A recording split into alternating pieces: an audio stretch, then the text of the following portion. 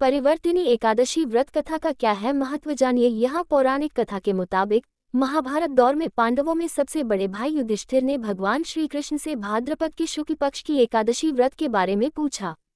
तब भगवान श्री कृष्ण ने उन्हें ब्रह्मा जी के नारद मुनि को सुनाए एक कथा सुनाई। नारद जी ने ब्रह्मा जी से पूछा था कि भाद्रपद की एकादशी को भगवान विष्णु के किस रूप की पूजा की जाती है।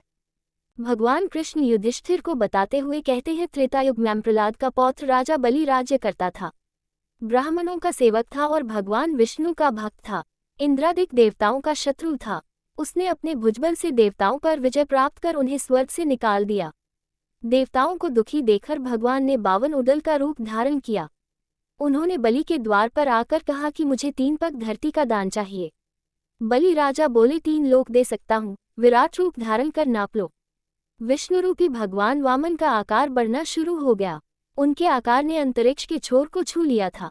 उन्होंने अपने 2 पग में ही पृथ्वी, आकाश और ब्रह्मांड को नाप लिया था। उन्होंने राजा बलि से पूछा, हे दानवेंद्र, अब मैं अपना तीसरा पांव कहाँ रखूं। इस पर राजा बलि भगवान वामन को प्रणाम करते हुए कहा, हे प्रभु, आप अपना तीसरा पग में मेरे सिर पर रखें। भगवान वामन ने ऐसा ही किया और राजा बलि के सिर पर पांव रखकर उसे पाताल लोक भेज दिया। जब भगवान चरण उठाने लगे तो कहा, भगवान आपके मन मंदिर में रहूंगा। तब भगवान ने कहा कि अगर तुम 52 एकादशी का व्रत करोगे तो मैं द्वार पर कुटिया बनाकर रहूंगा। राजा बलि ने विधि सहित व्रत किया। तब से भगवान ने एक कुटिया पाताल लोक में और एक क्षीर सागर में बनवाई।